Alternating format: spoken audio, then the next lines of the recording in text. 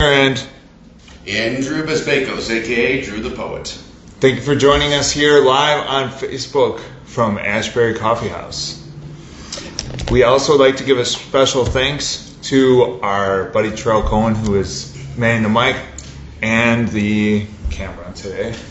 How are we doing out there in the stage area? Terrell, are we sounding good and are we live? All right. Thank you guys once again. So, welcome to Behind the Book with Drew the Poet and me, Aaron Wagner. Welcome to Behind the Book. My name is Aaron Wagner. I am the host of Behind the Mic, a virtual interview/performance stream. Tonight's episode is to give local active poetry readers an opportunity to learn about the author behind the book. Today's episode is dedicated to Drew the Poet. A little bit about Drew. So Drew the Poet describes himself as a poetry writer, a philosophical amateur, and everyday average Joe. He defines himself as definable and undefinable. We keep moving forward while winning and losing, he says. I am an individual, not a concept. Andy developed a creative writing department for a non-for-profit organization about 4 years ago, in which he planned 3 events at Ashbary Coffee House, which showcased local artists, including poets and acoustic artists. I worked with Andy to create the promotional material for these events. Andy has found a community of poets and other artists to share his work at the open mic here on this stage on Wednesdays from 8 to 12, or excuse me, 8 to midnight. Yes, 8 p.m. that is, at Ashbary Coffee House located in Willow Springs, Illinois. Andy's passion has led him to the self-publication of 2 books, one being a second book, Onward against the Onward against the Dichotomy of Time. Thank you. You can find a digital copy of his book, Onward Against the Dichotomy of Time, on Amazon. If you would like to follow his blog or journey, visit Drew the Poet on Instagram at his handle at Poet2Drew. At the number 2, Poet, the number 2 Drew. I'll repeat one more time. At Poet2Drew. There you go. How we doing, Terrell? Are we good? All right. Thank you very much. All right, guys, feel free to comment in the comment section for any questions you have for We apologize for any stutters that we have over here. As you can tell, we're very nervous. We got the shaky hands, but we're doing our best over here. So yes. Hopefully you're enjoying the show. Yes. All right. Well, without further ado, I'd like to start off with some questions. So, first off, what inspired you to pursue your craft, Drew the Poet? This was originally a hobby. See, back in 2011, I believe, around that time was the first time I came here. I came here with a few friends that I have not talked to in a really long time, one of them being Julian Griffin, the other one, Taylor. They were both my neighbor friends at my subdivision back in Orland Park, which, of course, I already answered one of the other questions. Anyways, we came to this place, Ashbary Coffee House. I saw my buddy Julian do a poem, but he was doing it in a freestyle, rap version, and it was so amazing. I thought of doing the same thing myself. See, I was thinking, why not me go up on the stage? And it just went from there. And for some odd reason, I just had this passion to keep writing and writing and writing, haiku style as my first variations. And I just kept writing so much that I eventually just made publications out of it. That's awesome. Well, we had the pleasure of working on his second book, and of course Claude, who's watching us, his mentor, has also created the front cover as well for this is the previous book. Let me show that again one more time in case you need to see it. Yep. And here is the cover that my host over here, Aaron Wagner, did for my second book. Yes. Now, just to let you know, these are not actual hard covers. He just did it for show, just for props and all that other stuff. Again, like I said, they're all ebooks. I want to eventually make hardcover books or paperback books, but I just need more, finances in order to make that happen. But one day. But for now, ebooks, because actually I'll explain that later, because that's actually going to be one of the questions near the end. Anyways, continue. Yeah, no problem. So, speaking of which, what are your favorite activities to do outside of writing? Well, let's see. Video games is one of them. Meditation, the occasional yoga. I can do the sun salutations. Obviously, socializing, hanging out with friends. Going to Six Flags. I'm a big thrill seeker junkie. I used to work at Disney World, and I just love theme parks because of it. But obviously, I can't afford to go to Disney World. Reading. I've developed a passion for reading. Because I wasn't much of an active reader back then. I can give you a list of the books I've read, but that would be a lot of time. Just pretty much any activities. I'd like to try something new. Awesome. Yeah. Okay. Where did you grow up, and where do you live now? As I kind of already answered already, my hometown was Orland Park. Okay. That was where I grew up for a good portion of my life, almost 30 years of my life. There was a gap between 2013 and 2014, and also 2010 when I was living in Orlando, Florida, doing this Disney college program internship. So I had that. And where I'm living now is Lisle, Illinois. I'm about 15 minutes away from the downtown Naperville Riverwalk, in case anybody's familiar with that area. But that's where I currently live right now, independently. Cool. Well, good for you. And, if you're ever in the neighborhood and you happen to pass this guy, be sure to say hi. Yeah, of course. And tell him whether or not you bought his book. I would appreciate it, but everyone's got busy lives, so nothing against you. Absolutely. So, we're going to get into some poetry for those who want to hear some of Drew's poetry right off the cuff of his first book, which is titled, what's the title? Passion for Peace. I chose this book, Passion. I chose this poem from my first book over here, yes. Passion for Peace, in response to the recent events going on in the Ukraine. I thought I'd probably suited for this. Prosperous city, finest harmony, day by day. No testimony. Within the garden, golden flowers bloom each day, never withering. Less and less violence, more essence that makes balance, no conflict resides. Greed does not spawn here. The true profit is good deed. Love is currency. We all dine in peace, with plenty of food and wine. Indulge the divine. True and yet simple, utopia is made real. Light defeats darkness. That's it. Well said in terms of an outlook on what's currently going on, but also it's quite interesting how it's you presenting it as a reflection of what's going on currently, and also the fact that this was in a book that was how long ago did you? 2019 is when I published it. Okay, so kind of interesting how things can change over time. Yes, very much so. So once again, be sure to check out Drew's book, Drew the Poet, My Beginnings Moving Forward, which is available on Amazon. You can also check out this poem featured in it. So to get into our next questions, I guess before we get into that, is there any comments you'd like to say to the folks about this particular poem? And like I said already, most of the poems I did in my first book was very spiritual. Over time that changed, but I come from a spiritual background when it comes to why I in the past I used to write speeches from an orator's perspective, just to help motivate anyone who's feeling down about any particular circumstances they go through. I try to offer my perspective on it, but at the same time, it's their life. I'm just there to give them a boost. So, Because there's a lot of poems with different themes, and obviously poetry has transitioned from writing to music and such.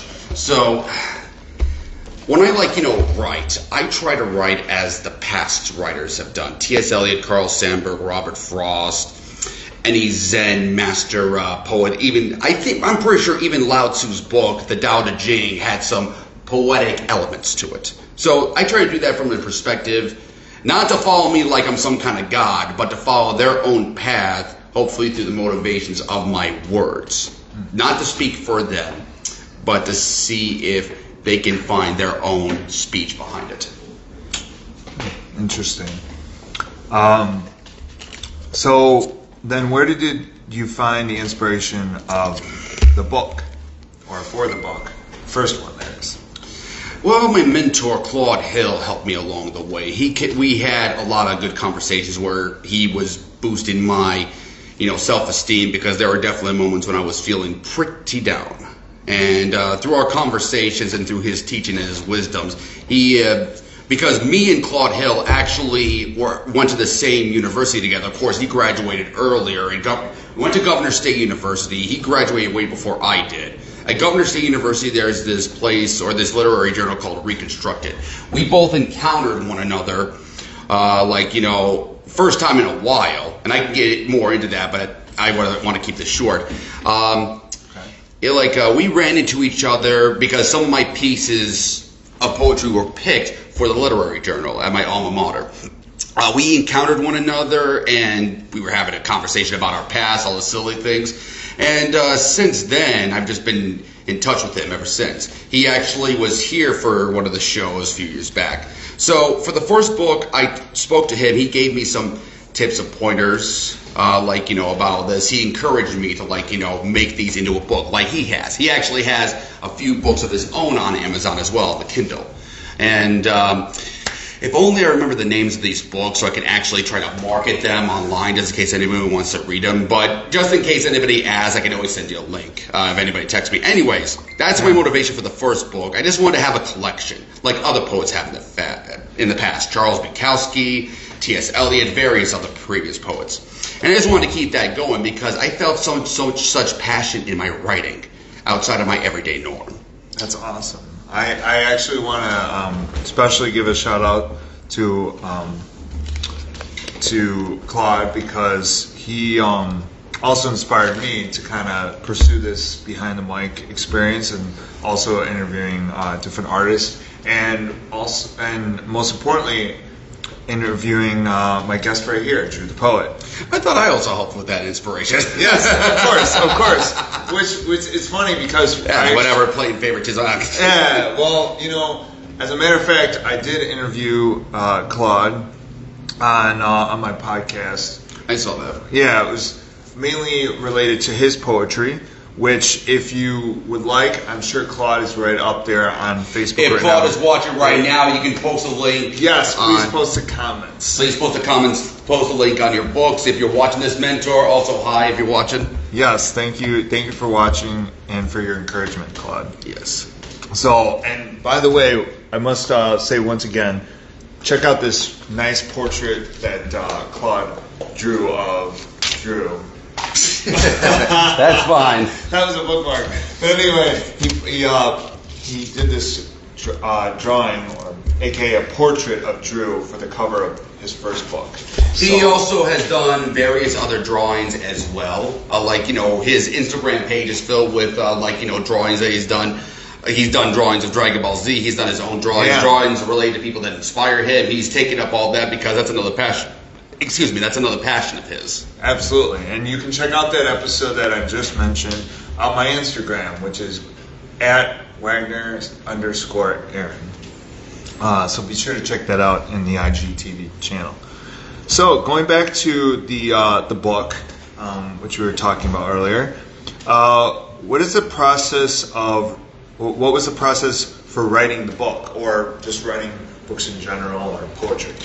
Well, me being a little bit of a technology guy, I went to school for IT. When I started writing the poems for the very first time, I originally wrote them on a notepad. I eventually copied and incorporated those into my Word document. I use that Word document to send to the Copyright Office of the Library of Congress. That's one of the things my mentor gave me advice on. Before you make a book or make any postings on social media related to the poems you wrote, have it copyrighted. That's one of the things he recommends to anyone who pursues writing, wants to publish their own books. Have it copyrighted first, because some people can easily just take someone's quote and make profit off of it. I mean, we got NFTs now, for God's sake. And after the copyright, then I just went on to Kindle Direct Publishing. I'm trying to remember the exact website for it. There's on the Kindle Direct Publishing site, you can publish your books for free, but make sure the copyright gives it the seal of approval first. But that's how I've been doing it ever since my mentors advised me on. Eventually, I do want to make hardcovers, because I know a lot of people still prefer hardcovers over ebooks. I understand why.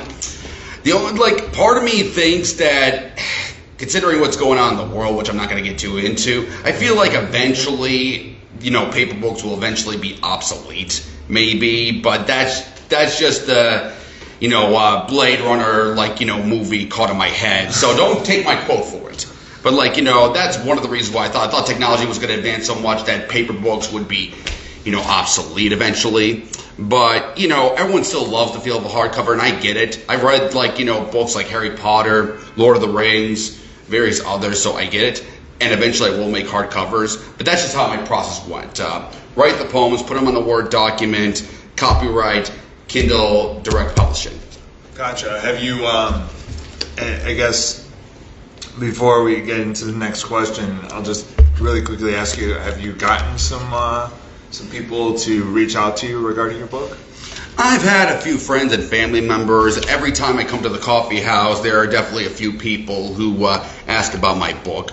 That's awesome. And I try to make the book as affordable as possible.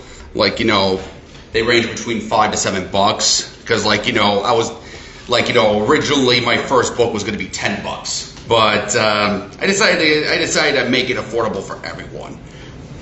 Way to be open to spreading the wisdom. Yes. In spite of, and in part to spread wisdom as opposed to making a profit. It's about spreading wisdom. I care more about spreading wisdom than making a profit out of it. If I somehow become successful with my writing, that's probably going to be when I'm 70 years old. But I'm not pursuing that right now. I'm pursuing a balance in my life. I do it just to spread wisdom and share, and spread inspiration. I've said this a bunch of times to many people. Greed will imprison us all. Money is not real in certain particular senses, and I can go on about that. But I'm not trying to beg people, say, hey, buy my book, buy my book, buy my book, buy my book, buy my book. But no, I am not forcing you. I am not being that kind of greedy little turd. So please just buy my book if you want to, if you can, if you can afford to, and if you want to have wisdom, inspire you. And by the way, there are previews of some of the poems in. There's definitely a preview on the Kindle website as well. So we got a question here, which is, what do you do to decompress during times of stress and anxiety? Which, of course, we're on the way to having in the car. Yeah, we could talk about that experience later. Yes.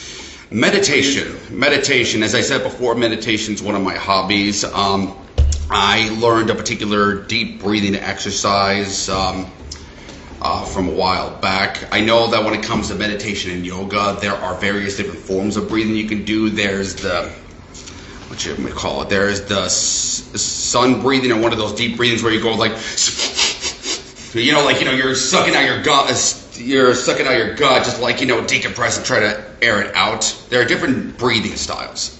The one that I was taught, that I've used to this day, is breathe in for as long as you can.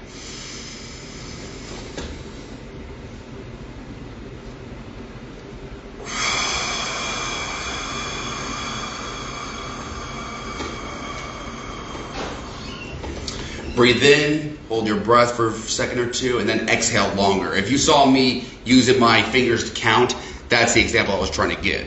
And I do that for at least 15 to 30 minutes. Sometimes I'll be laying on my bed or I'll be in the Indian pose and I'll listen to a binaural beats and just breathe and focus. Crazy thing about one of my previous experiences, I actually had a few out-of-body experiences, not to scare anyone. I know that when you say out-of-body experience, it could probably scare some people, but these out-of-body experiences felt more like visions. I can go on and on about the details. All I can say is that the vision was sending certain messages. One of the visions was related to expectations.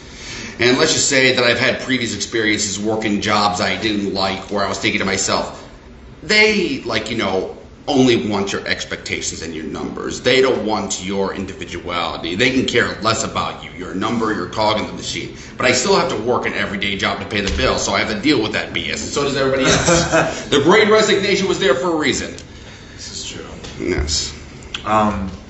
So before we get into some more poetry, which, by the way, the next poem that Drew is going to be reading for us is going to be from the second book, which is the Transcendent Tree. The Transcendent Tree, yes. Yes, which is coming fairly soon.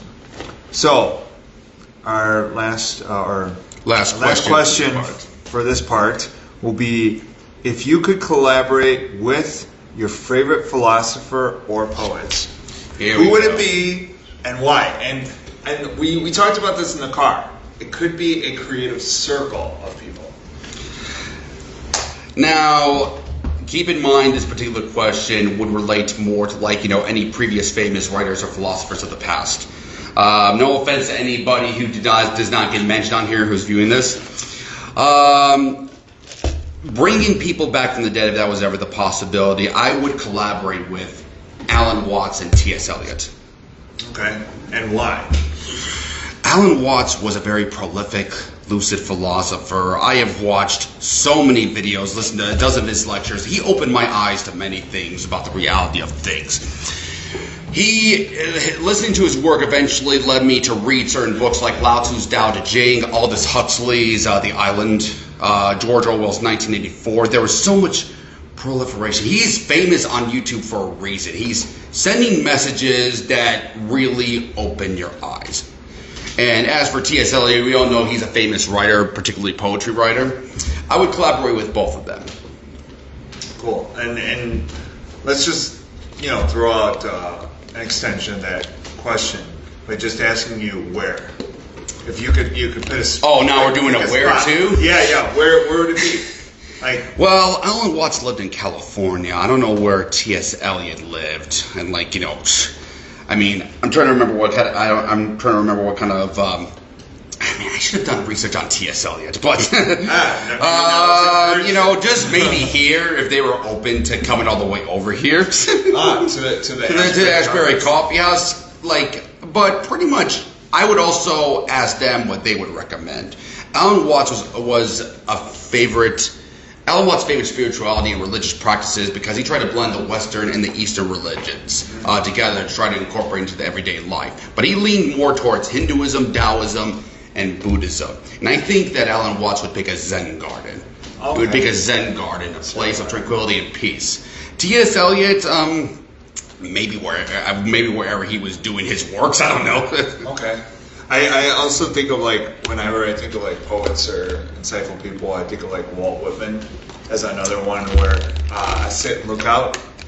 In terms of, I almost imagine you and maybe your creative individuals that you mentioned sitting on a bench in the middle of maybe like a bench at Central Park, or maybe even a bench in a forest preserve. Yes, and just looking out and into the abyss. Ooh, going back to that one question, that one question where I answered about meditation, I forgot to mention a forest preserve as another place where I would go to de-stress my mind. Awesome. If you've been to Waterfall Glen, it's a beautiful place. Any forest preserve, Starved Rock, whatever, just go there.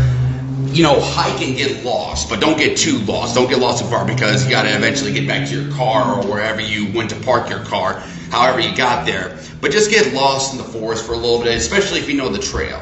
But just get lost. When I say that, I say just empty your mind or just clear your mind. Just focus on the walk, Focus on your breathing. When you have a spot to sit and look at the streams of the water, just focus on that. Anyways, that's enough of that. Let's proceed.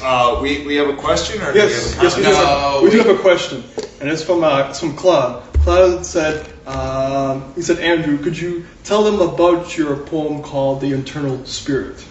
Oh, the I'm sorry, Spirit. what? Internal Spirit. Internal Spirit? Or sorry, Internal Whisper. My bad. Eternal Whisper. My bad. You want me to read that? Said tell them about it. I don't know. Okay. Well, Eternal Whisper was the first poem I ever wrote. I believe, I could be wrong, but it was the first poem that was published at the Alma Mater Literary Journal, Reconstructed. That was all the way back in, I started there in 2014, so I have to say spring of 2015, I believe. I wish I brought the Reconstructed book with me. I should have, but I didn't get a chance to. But that was the first poem I ever wrote and was published, and my mentor obviously adores that poem, so thank you. So, Claude, thank you for mentioning that poem. If you look up Drew the Poet or look up Reconstructed Literary Journal, do a Google search, you will find the website, and you can look up the poets from the past.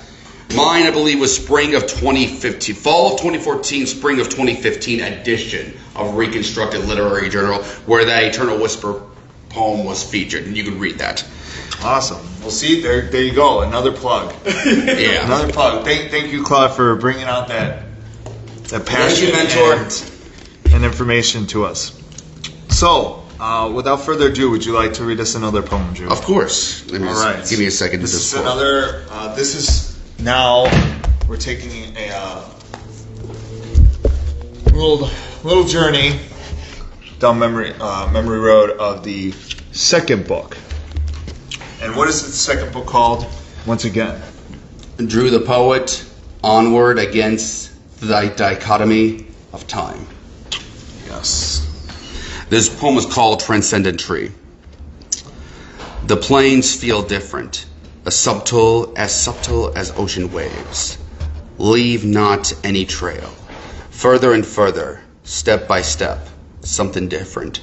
Beyond the natural world, the wind is so still, no ventus like the gust pushed through. So calm and tranquil. The birds' song unreal. Rapture, calming, simulates, so hypnotizing. This is not our world. A world dreading the complex. Not of this world, though. This is the astral. Beyond all concepts merged one, serene and sacred. Yet so similar, this one tall ancestral tree, so fruitful and ripe. Untainted truly, beyond all this is to know, beyond sentient. It needs no aqua. It's replenished through all time, withering no more. It is the true soul, all connections, all knowledge, all its existence. Here is the true trick. Connected, connectionless. It is in us all. Thank you. Thank you. You're welcome. That was I was actually picturing it in my head as I was looking down and thinking about a tree, and it's kind of interesting. These past 2 days alone have been an opportunity for others to go outside and enjoy Mother Nature and what it has to offer, even despite that we have some snow, but not too much of it where we can't enjoy walking through the woods or even walking on sidewalks today. Safely, of course. Something I want to say about the trees really quick. There is a powerful Zen riddle poem. I forget the name of the Zen master, but Alan Watts quotes him a lot. This Zen riddle about a tree, or at least this Zen quote, relates to how we've seen ourselves as perfect beings. We're either greater than someone or lesser than another. But when we feel lesser than someone that we envy, we are just riddled with all these negative feelings and concepts. And we just keep forgetting that it's not necessary. It's not necessary to dwell on if someone's better than us or otherwise. Not necessarily to dwell, like say on Jeff Bezos. Yeah, he's rich. Who cares? It's not like he's going to take his money with him to the grave. It doesn't matter. It's like all these negative concepts about the media, about the way the media portrays, beauty, perfection, great light, all that stuff. That doesn't matter. This Zen quote, just listen to this. If I misquote, I apologize. In the landscape of spring, the tree shows us that nothing is superior and there's nothing inferior. The flowering branches grow naturally, some short, some long. Alan Watts quote that a lot because he is trying to send a particular message, and how we interpret that message is different for everybody else. But but we've had these very prolific philosophers. I can't think of the person now, but there have been so many prolific philosophers trying to share the same message. There's always going to be someone better than us. There's always going to be someone beneath us. We need to treat them the same. We cannot discriminate them. We cannot demonize them. We cannot ostracize them. Any of that. We can't. I mean, we may go through some moments where we don't feel like talking to the person in case, for example, someone's pissed us off. But we gotta let that pass. True. We must, create a community among those who think differently of us. Unity. Right? This Unity. is true. So, well said. And, feel free to comment if you would like to give us your perspective on that, on what we said today. And, of course, also, please comment if you have any additional questions or information you'd like to be said in this podcast. Please and thank you. And we'll share those questions to you near the very end of this. Yes. Or when we have a break in between. Yes. So, next off to our next question. So, please describe a moment you've experienced when you've witnessed your art impact someone. So many people to name, but I'll go off of something very recently. Okay. There's been some people at the coffee house that I've associated with, have become friends with.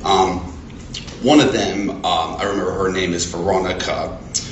She got up on the stage in last open mic to share her poetry, and she told me that if Drew the Poet's doing it, then I'm doing it. So I'm giving that as an example. Also, there's one of the other people of the group, Ethan. There's a lot of people at the coffee house, but I'm only naming the names of the people who went up to me and said that they were inspired by my work.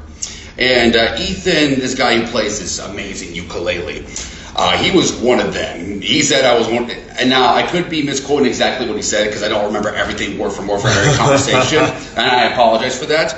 But I definitely know that it was along the lines of I was the reason why he came back to the coffee house and did his performances on Wednesdays. There's people who told me this directly. My parents, my family members, any friends that have read my work, my mentor, obviously, you guys that are here, just anybody who, and it feels good, but the one thing that I want my poetry, impact is anybody, it doesn't matter from the region or the world, anybody in the world who reads my poems, I want them to be impacted in this particular sense. I'll try to give an example. We all know that suicide is a very, very terrible thing. And we feel very lost. We feel very uncertain about our futures.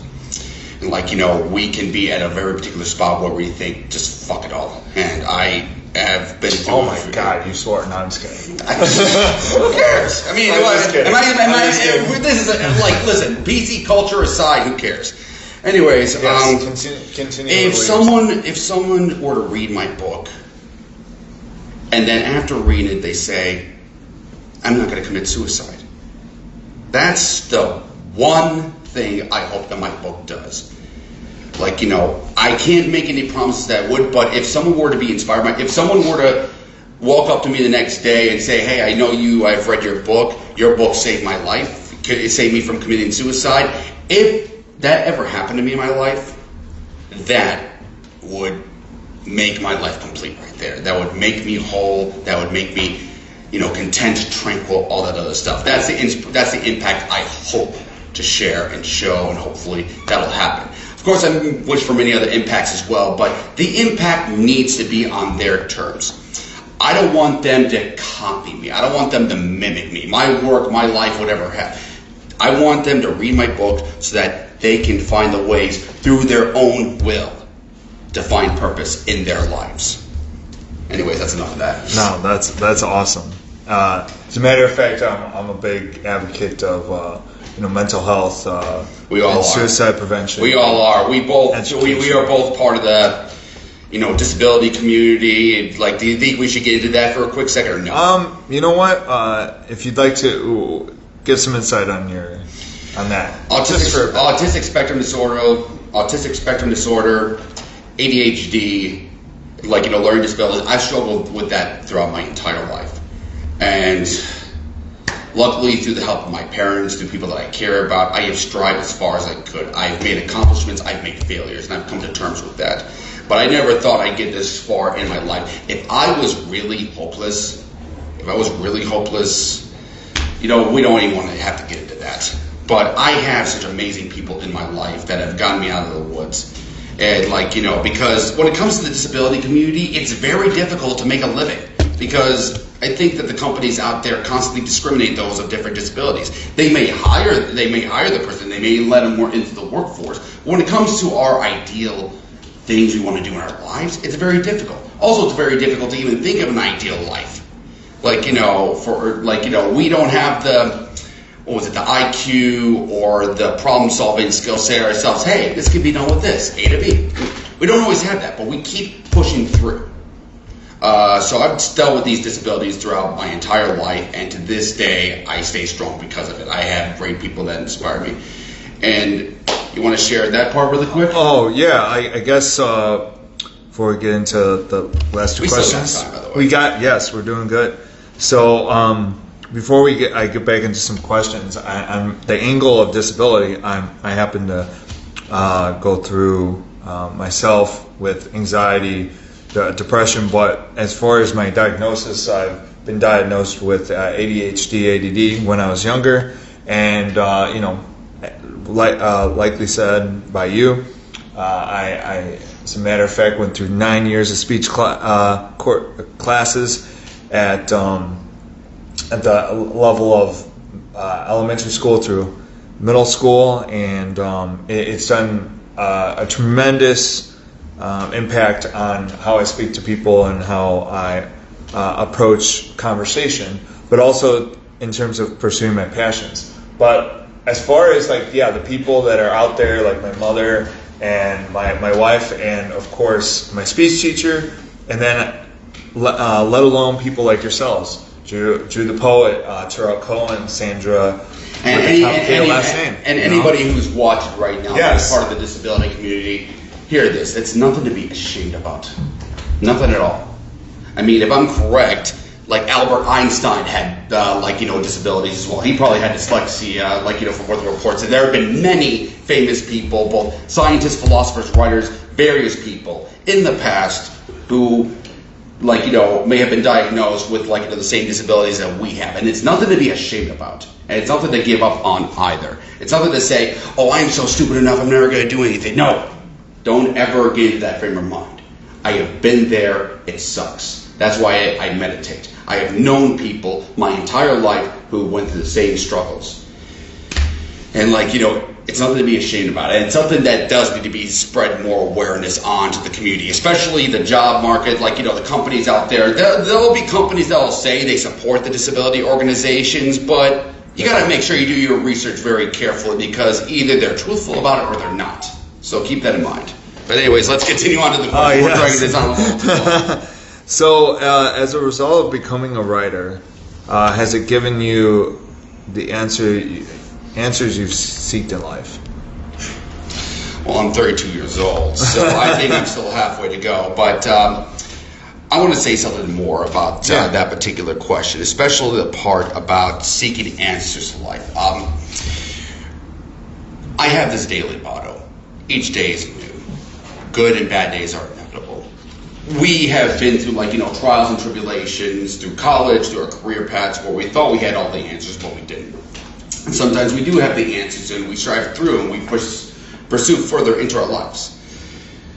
The answers that I always had in my head was, why am I like this?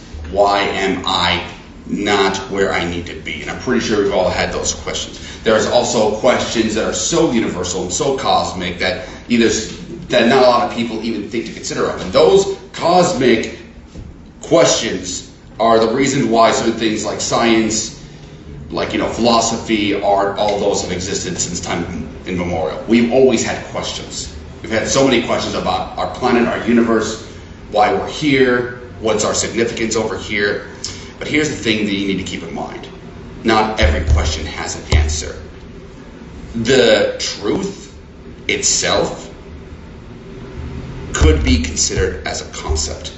Your truth can be your religious view, your truth can be your daily motto, your business practices, your serotonin level, I can do this, your motivation, and stick to that truth if you want. If it makes you feel content and satisfied, stick to that if you wish. But the truth, if there was the truth in front of our hands right now, in the palm of our hands, what do you think we would do with that truth? Honestly, what do you think we would do with that truth? Would that leave an impact to the community? Because here's the thing. All problems that are solved will eventually produce more problems. That's the way the system works. The yin and yang spin concepts, all that other stuff. So yes, there are some answers that have been there are some questions that I've had to myself that have been answered, but there are still more questions, and that's okay to keep asking questions. True. Because if we weren't asking questions, then what would we be doing right now? That's true. And as a matter of fact, my one of the things that kind of triggered my anxiety a lot of times in school was, and then we'll get to the last question before we get to some more poetry, is with regards to asking questions. I remember being in high school or even middle school, elementary school, no matter what level of education, even the workplace, the idea of questions, I would raise my hand and kids would pick on me because I always ask questions. Oh yeah, we've all been through that. And then I came across this one teacher who always enjoyed me asking questions. In fact, there were students in the classroom with disabilities that a lot of times there would be 5 or 6 hands raised, and then by the end of my question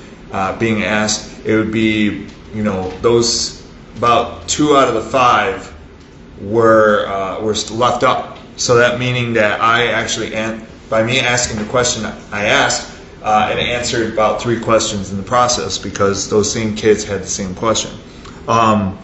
So yeah, I think it's really important to be curious, right? That's Very the whole important. reason why I'm here There's today. no shame in asking questions. Sure. Even if you assume that it's a stupid question, it's not a stupid question. True. There's no stupid questions in life. Just ask away.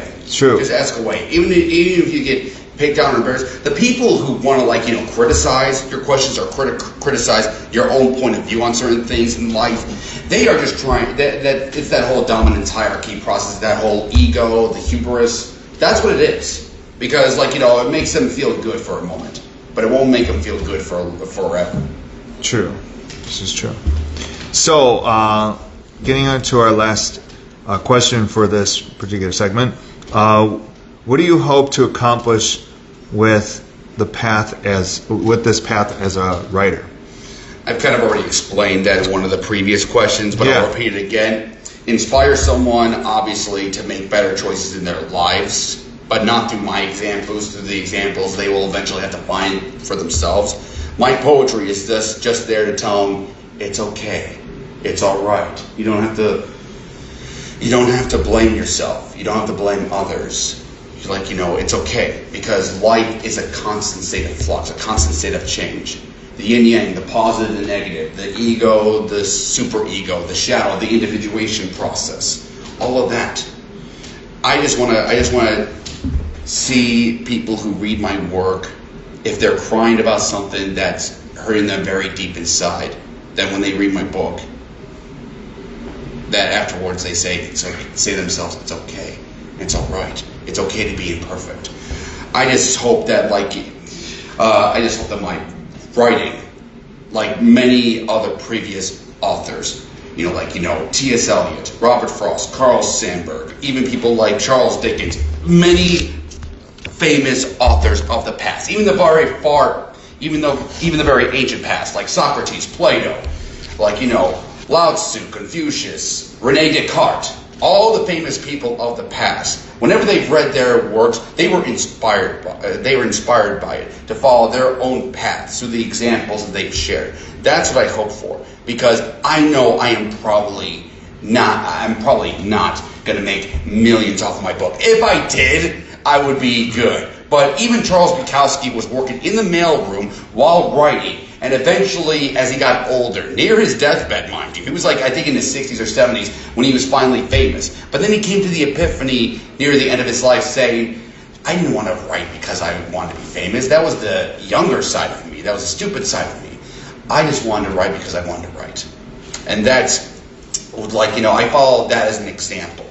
But if people in the far future, find my book long after I'm dead, and they cut the path forward to a brighter future for Earth or whatever planet, if they go to Mars or whatever becomes of this world, if they read my book and it helps them, inspire them to make innovations for the future, to believe in themselves, and to continue the ways of human progress forward, that's what I hope for.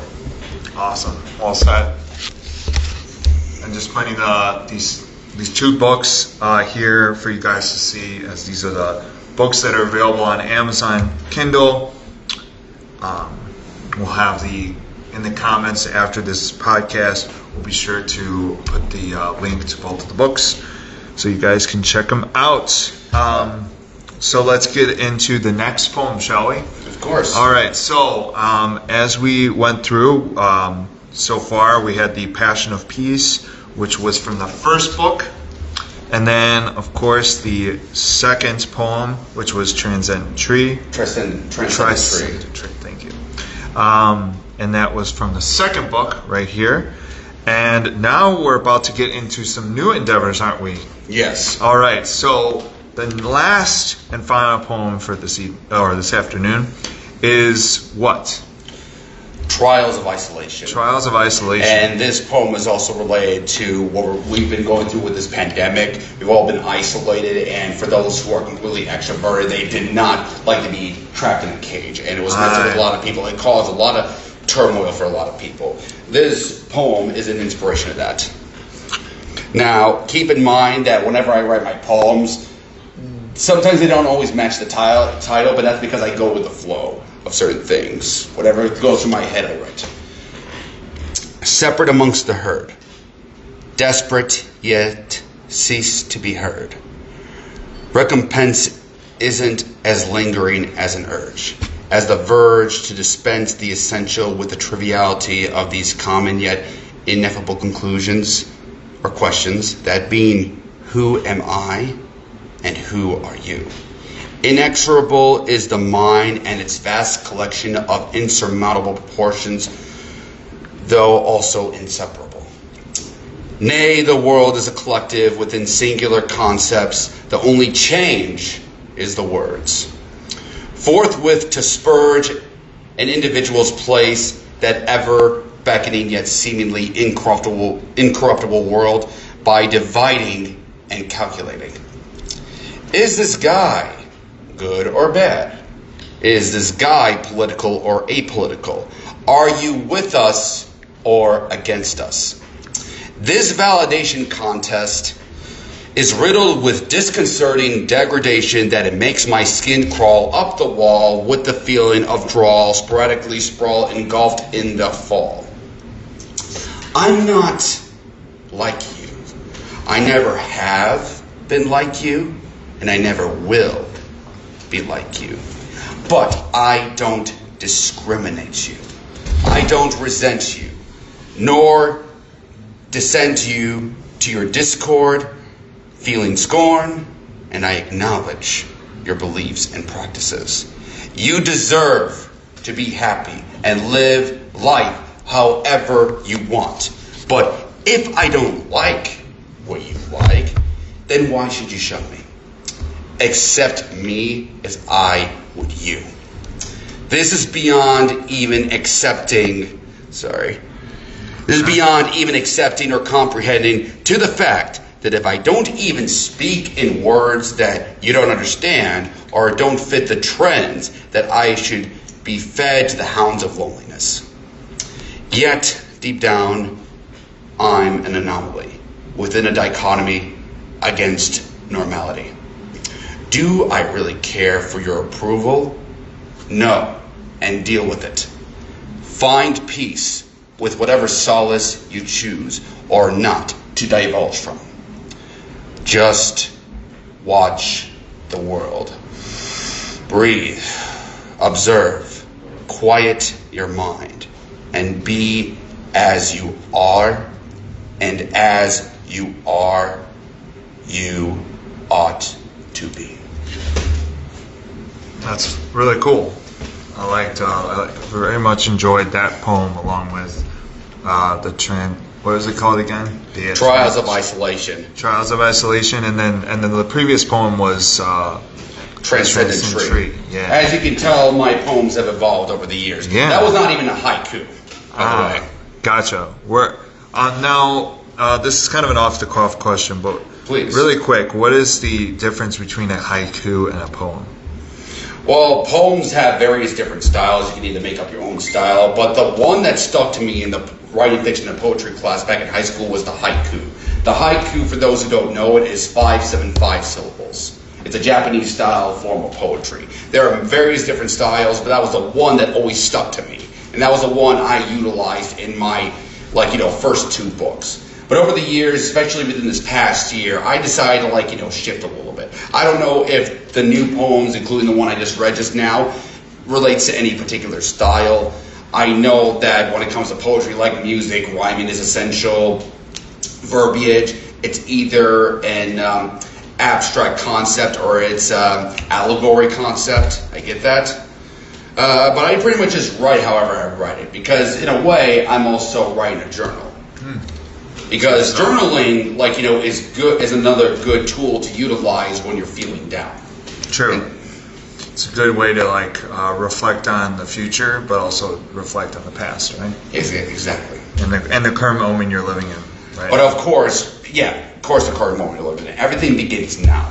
This is one of the wisdoms that Alan Watts has taught us. To quote Kung Fu Panda as a short-term reference, yesterday is history, tomorrow's a mystery, but today is a gift. That's why it's called present. Because it's now. It's not back then. It's not towards or forwards. Everything is here and now. I actually had a T-shirt that at the last concert that I hosted as a promoter, I wore a shirt that said "Time is now," or "The time is now," and it's so relevant. I should have kept that shirt, but that's neither here nor there. But I also one thing I wanted to mention as an extension of what you said was really quick is I also have also noticed that with all these different holidays that whether that's being Hallmark holidays or consumer capitalism holidays or just holidays in general, it's one of those things that the idea of a present shouldn't be about the gift in which you give somebody that's a material item, but the idea of a relationship or the presence of somebody being there. I mean, have you read The Grinch Stole Christmas? The letters in the wall there. The writing's on the wall there with that message. This is true. So, going into our last series of questions here. Speaking of the impact that you hope that this book will inspire others to respect themselves and to reflect on a positive outlook on life. What advice would you give to writers looking to get published or looking to self-publish? Before I get into the instructions on that part, I just want to say this: when you're writing, make sure it comes from the heart, and forget what anybody says. If you share your poems. I mean, if they're giving you advice, if they're saying that your poem is abstract, because I've been told before that my poem is abstract, they're probably not there to criticize you in a very negative way, but they're trying to maybe give you a tip or pointers. But before any of that occurs, just write what comes from the heart. If you know what poetry is about, if you've read T.S. Eliot or Robert Frost or all of the other famous poets of the past, and if you know how it works and you love to write and you like to send a message because of it, just do it from the heart and forget what anybody else says. Everyone interprets, everyone digests, retain knowledge. They all interpret it differently. I said this before, and I know many others of the past have said it before. We are all of differential minds. We interpret and digest things very differently. And we all express those very differently. So do it from the heart and just forget what everybody else says. And along the way, learn from those experiences and grow with it and change it like I have with my different poems. And just keep going at it. And don't and if you're trying to say forget working a regular job, all that BS, and just stick to your writing, and if you don't, I mean, I know that pride comes before the fall, but always have a backup plan. I classify my experiences in life as the conformist persona and the nonconformist persona. The nonconformist persona for me is what I'm doing with my writing. But the conformist persona in me says I still need to work, I still need to have a job because I don't want to be off the streets. And I know a lot of people prefer to make that sacrifice, and sometimes it's recommended. Epictetus, one of the great ancient Greek philosophers, made so many quotes that relate to how we shouldn't have to live through conformity, because there's been ancient Greek philosophers that were also peasants in their own rights, but they still impacted a lot of people. But it's your choice on how you want to do it. Do it from the heart and forget the biases and just always have a backup plan. Now, how you pursue it, how you put that into the works and how you publish it, you can follow my example if you want, but do your research on where to go for publishing. There are plenty of sites, there are plenty of social media platforms. There's this one social media platform called Poetser. So think of it like the Pulitzer, but with the word poet in it. And on that Poetser, social media platform, you can actually publish your books there. There are social media is doing it, a lot of other sites are doing it. If you want to start with Kindle, go ahead, but always do your research on the places where you want to self-publish for yourself. And if you want to go to an editor or a publisher, that's fine too, but keep in mind they'll always want to critique it. But if they critique it grammatically, that's fine too, but they may want to say, oh, this doesn't work. A lot of people are not going to like, hearing this word, so they'll like that, forget that. But self-publish on your own terms. Go to Kindle Direct Publishing. Also, make sure you always copyright your work first. I'll repeat before. Most importantly, yes. Copyright your work first, and then do your research on where you want to publish your work. Or at least if you don't know how to go through that particular process, ask me, ask a friend, ask anyone you know who are also writers, and ask them how they did it and if it worked for them, and just go with that route. But don't go at it blindly. There you go. So getting into these last two questions, what other projects are you currently working on? Another book or? Eventually there will be a third book because I've already written a few new poems, including that one. But I'm also trying to work on eventually making YouTube essays, video essays. I just started the script on one where we all know the acronyms like text acronyms, LOL, YOLO, all that other stuff. But has anyone ever thought to consider making an acronym off of a word from a definition, like history or balance? Have you ever thought to make an acronym off of that? That's what I'm kind of working on as one of my first ideas. It's still in the works. I have the tools necessary to make it happen. I have the microphone, I have the software, I have the computer for it. I have the tools in place. Now I'm just working on it. I'm working on the script before I do all the video editing because I'm trying to make sure that, it's not just an educational bore film. No. I wanted to actually be very, very entertaining. I've seen a lot of YouTube videos where I'm saying to myself, oh man, I should feel a little bit of this in there. Not to steal their work, because there's lots of YouTube creators out there. There's lots of different people doing YouTube, but the way I have to look at it when I'm doing a YouTube video is that it's my own personal interpretation. Sure. And everyone expresses or defines things very differently, as I said before. And I just want to do it, just get it out of my system. That's my project, YouTube video essay. Eventually I'll be doing a podcast, but I'm just going at it day by day. But I do want to do a YouTube video. I want to have a YouTube page, make podcasts, all that other stuff. But as for the third book, that'll eventually come to pass soon. Okay. But that's currently where I'm at. Awesome. Well, thank you for the update, and thank you for taking this time to be with me today. No problem. I'll give you a handshake. Awesome. So, last but not least, do you have any shout-outs, shows, or etc. to plug today? Let's see. Well, I wouldn't say so much about shows, but I'd like to give a shout-out again to my mentor, Claude Hill, who I believe is still watching. Again, my social media my plugs on social media are for Instagram at poet2 Drew. Again, that's at poet2 Drew. I do have a YouTube page which has some of my recordings of my previous open mics here at the coffee house from the past. I would pretty much have to show you, it should be under Andrew B. or Drew the Poet, but I do have a YouTube page. Let me just pull that up really quick. Yeah, sure. Give me a second here. My channel, it's literally just titled Andrew B. But I do have some sections on here on my Drew the Poet videos from the coffee house. So again, that's Andrew B. I know, I'm still trying to figure out how to make a YouTube name, like the Nostalgia Critic or Angry Video Game Nerd, how they have their names. But I feel like I have to create a separate Gmail account in order to do that. And I eventually will with the YouTube videos that I have in mind. I mean, I'll transfer those to here. But I do have a YouTube page, and if you want to ask me about it, let me know. Leave it in the comments about where you can find my channel. I'll send it to you in the link if you're still watching. Even though I don't have Facebook anymore.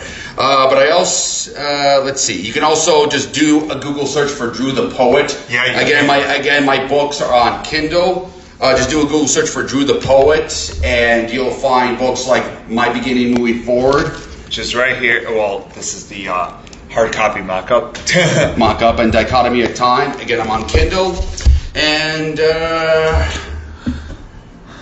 that is about it. That's all I can think of at the moment. Now, as far as other ways that you can check out Drew, you can also check out when he performs here at the Ashbary Coffee House. Yes. Which, by the way... before you continue, sorry I mentioned shout out my family. Love them so much for watching this. Any friends out there that are watching me, all the shout outs are to you, to anybody who loves my work. Anyways, continue. Oh, no, you're good. So, and that open mic night is here at Ashbary Coffee House, right on this stage, with these beautiful curtains and this nice zigzag floor.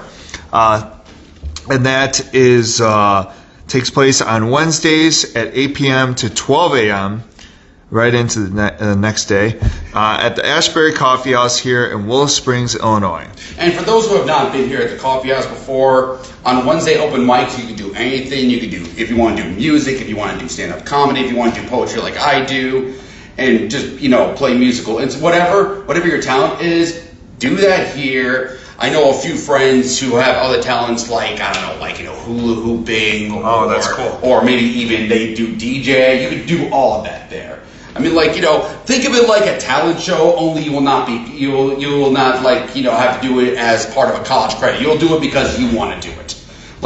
So think of it that way, and it's a great place to go to meet new friends, hang out with people, good food, good drinks, coffee, sandwiches, soups, shakes, lattes. Various. It's a great place. Now, as a matter of fact, shall we tell the folks what we're drinking today, including Terrell out there in the audience? I just finished my peanut butter mocha. This is really great. And, this puts Starbucks to shame when it comes to the flavors. I also had the almond latte, and then iced. That's right. You don't have to be in front of the camera, but you can say it out loud. Anyways, I had the Harvest Moon latte. It was very good. Harvest Moon latte. I drank it all. Actually, show your face. Come on over here in the middle and say hello to the folks. Hi, everybody. This is I'm the man behind the camera. the man behind the camera that also helped us with the live. Terrell Cohen, shout out to him. And I also would like to take a last glimpse at anybody who's watching, with anybody who had any questions. Did we come with any questions in the feed, Terrell? No. No other questions? No other questions. Okay, not a problem. That's all right. Hey, we did get 40 comments, so I'm very pleasantly surprised with that. And shout out to our friends Sandra, Claude, my mom, and others who were watching I'm pretty today. sure the comments are where the questions are. Check the comments. Here, let's Check the double comments check. if you can. Can you view them all or no? Oh, someone had a question. Oh yeah, what's up? What's your question? She just messages. Take your time. And then we'll get into the closing remarks. We'll do the Q&As from anybody who's watching. Yeah, and then we'll do the closing remarks for the day and tell you what's up and coming for Behind the Mic with your host here, Aaron Wagner. Aaron Wagner, thank you so much for hosting this, by the way. You're awesome. Oh, thank you. Keep watching his Behind the Mic segments. He covers various artists, not just poets, but musicians, drawers, various artists that he check out his previous works. Yes, I've interviewed a drummer by the name of Mark Martinelli for Behind the Beat, and also an upcoming episode, which I'll tell you about in just a few minutes. What do we got? So hopefully I'm not butchering her name, but Veronica Grace. I know who that is. Yeah, nice. She said, "How did you get interested in poetry / philosophy and writing?" All three. And who was that by again? Veronica. Veronica. Shout out to Veronica. Thank you. Thank you. Okay.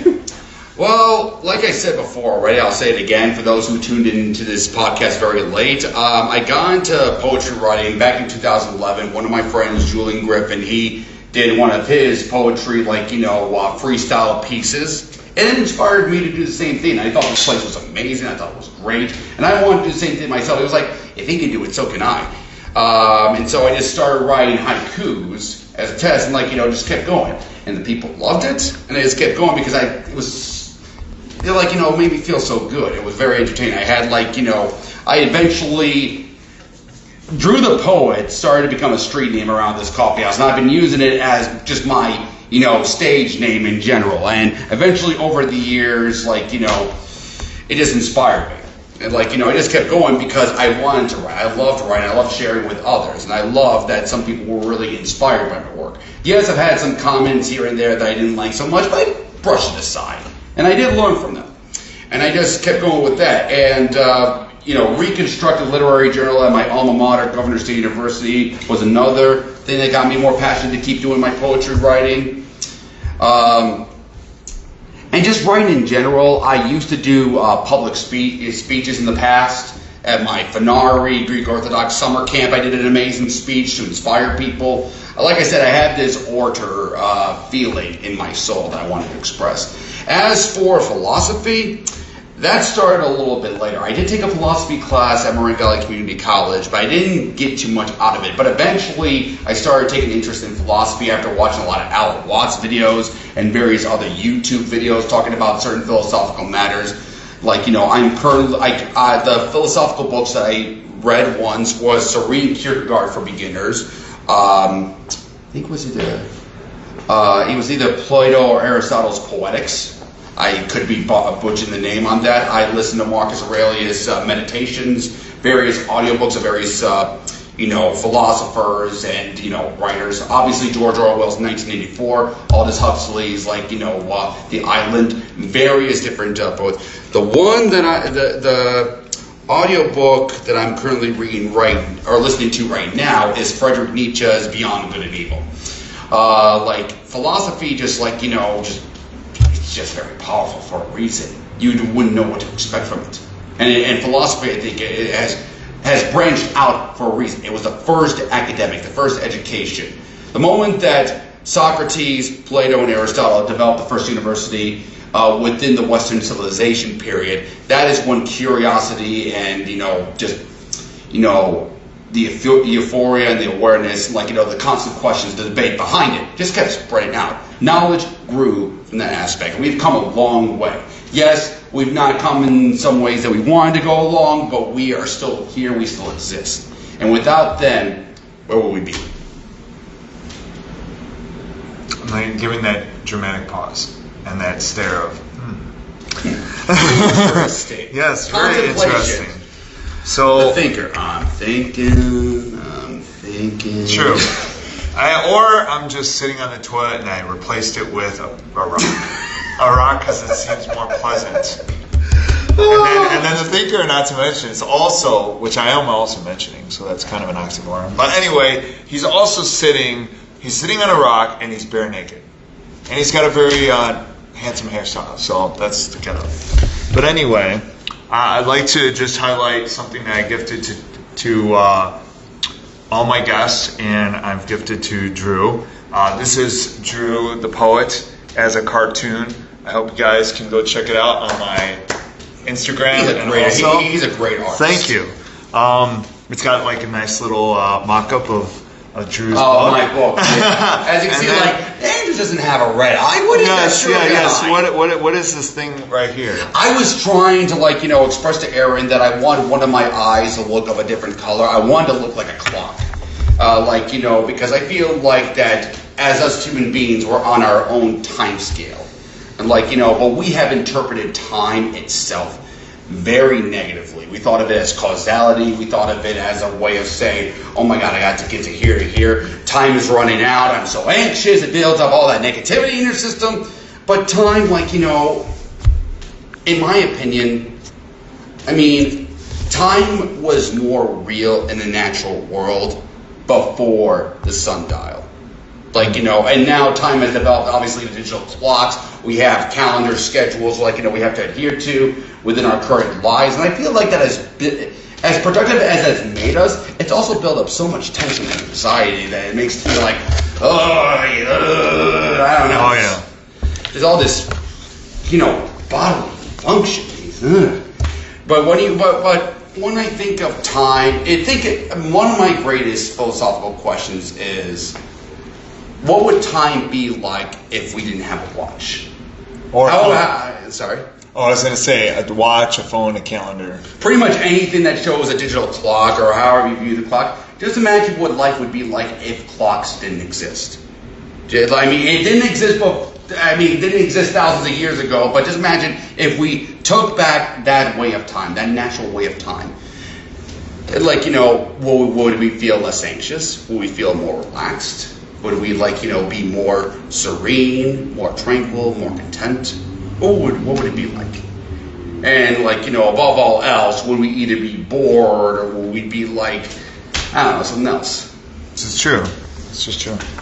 Well, to wrap things up, thank you everybody out there who has watched the segment we call Behind the Book today, and that is with Drew the Poet this afternoon. Thank you for everyone who watched. Thank you who watch us in the near future, and those who are excited for today's event. And we'll say thanks to the Ashbary Coffee House, thank and you, also Ashbary. thank you to Terrell for being here, and the baristas downstairs. Yes, downstairs. Anybody who's employed over here at the coffee house, thank you so much, especially the owner, Vicky. I want to say something funny really quick. Go for it. I knew Vicky, the owner, for a little bit. Whenever I catch her, she says I'm her favorite Greek boy because she's also Greek, she's also Mediterranean, and whenever I come in and see her and her husband Carl, one of my favorite things to get from her is her avgolemonos soup. If you've tried avgolemonos soup, you will love it here. I guarantee it. Just it is an amazing treat. And everybody else, including Vicky's kids sometimes work over here. Kate or Kat, she'd like to be nicknamed by her mother. I apologize if you heard that and are angry that I said that. But the people who work over here are just amazing. So are the new people, and new faces, new friends. Just amazing people. Just come out and be sociable. Yes, amazing place. Definitely. And last but not least, I will say that check out my next guest, and I will also be having a guest host. First out, the guest host next month. We're leading into March, and that is Joe Brunker from the band Primal Moon, and he's shown a lot of enthusiasm towards the show. And then also the guest for that the afternoon in March. Well, there's not a date that we've only scheduled the pre-recording to be on March 5th, but the guest is Ashley Williams. She is of the Studio Video Girl Pro. You can check out her portrait on my Instagram and also on the Facebook page. And I'll just give you a little close look. Nice at the. Thank you. So that's her. And then, of course, her picture. So shout out to Ashley, who has encouraged me to get on an audio podcast platform. And I guess we close today with saying thank you to Drew. Thank you to Aaron, everybody. for having me. And Give it up for Aaron. thank you. Give it up for Terrell. And I look forward to seeing you guys again virtually next time. And check out the Behind My Facebook page for more information, and check out my other portraits on awesomedesigns.myportfolio.com, and that's where all my other portraits and graphic design projects are. Take it easy and have a great one.